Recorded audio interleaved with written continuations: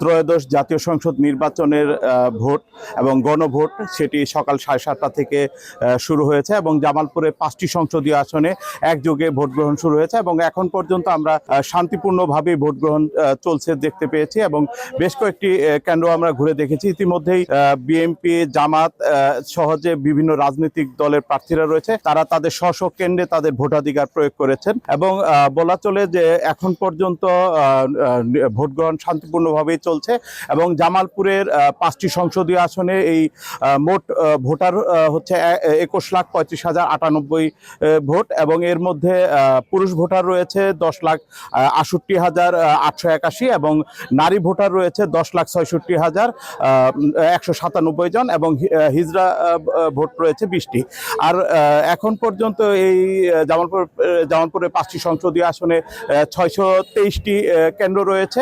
এর ভিতরে 333টি কেন্দ্রকেই ঝুঁকিপূর্ণ ঘোষণা করেছে জামালপুরের দায়িত্বপ্রাপ্ত নির্বাচনের সংশ্লিষ্টরা।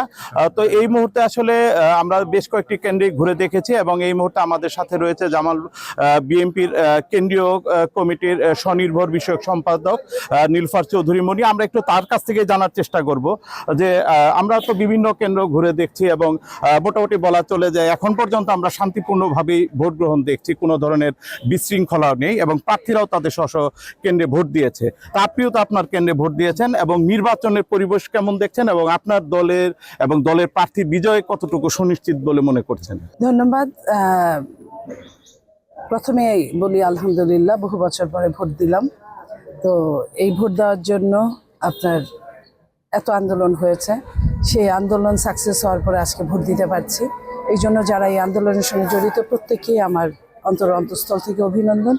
পাশাপাশি বলতে চাই, ভোটটা এই মুহূর্ত পর্যন্ত এখন পর্যন্ত শান্তিপূর্ণ হয়েছে। আপনারাও দেখেছেন, আমিও দেখেছি, আমি নিজে ভোট দিয়েছি। কিন্তু বলা যায় না যে এরপরে 10টা 11টার পরে হলো গিয়ে আসল ভোট। এখনো জনগণ ওইভাবে আসে নাই, আসছে, ভোট দিচ্ছে। তো আমরা আশা করব যে সারাটা দিন আজকে ভালো যাবে এবং সত্যিকার অর্থে যদি ভোট হয়, বাংলাদেশ জাতীয়তাবাদী দল শতভাগ সিওরিটি, নিশ্চয়তা নিয়ে আগামী দিন বাংলাদেশের শাসনভার দায়িত্ব নিবে। এটা আমি এবং তারেক রহমান আমাদের প্রধানমন্ত্রী হবে, এটা হচ্ছে আমাদের প্রত্যাশা, আমাদের আশা, বাংলাদেশের জনগণের আশা। গণতন্ত্র উন্নয়নের লক্ষ্যে এই আশার বিকল্প হতে পারে না। 71 এবং 2026কে ক্রনোলজিক্যালি আপনার টেনে নিয়ে যেতে গেলে এই আশার বিকল্প হতে পারে না। তো আমরা আশাবাদী এবং আমরা চাই যে জনগণও আমাদের সাথে একত্রতা পোষণ করবে।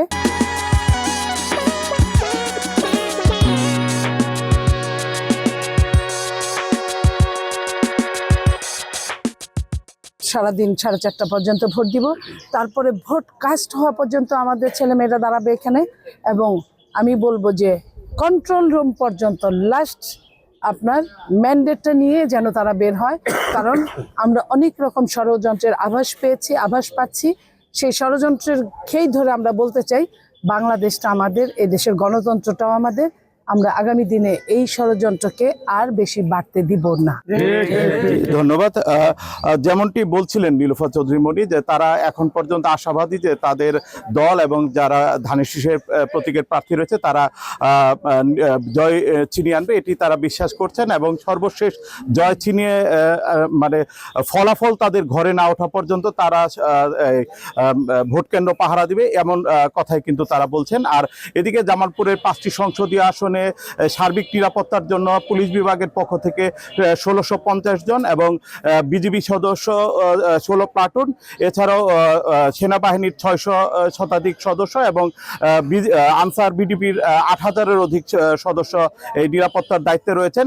এছাড়াও নির্বাহী ম্যাজিস্ট্রেট দায়িত্বে রয়েছেন 34 জন এবং জুডিশিয়াল ম্যাজিস্ট্রেট হিসেবে 15 জন দায়িত্ব পালন করছেন এবং জামালপুরের এক আসন সেটি দেওয়ানগঞ্জ এবং বক্সিগঞ্জ, সেটি সীমান্তবর্তী এলাকা এবং সেখানে যেহেতু সেনাবাহিনীর কোনো ধরনের টহল থাকবে না বা তাদের সেখানে কোনো ধরনের কার্যক্রম থাকবে না, সেখানে বিজিবির পক্ষ থেকে 4 প্লাটুন বিজিবি সদস্য সেখানে নিরাপত্তার দায়িত্বে থাকবে।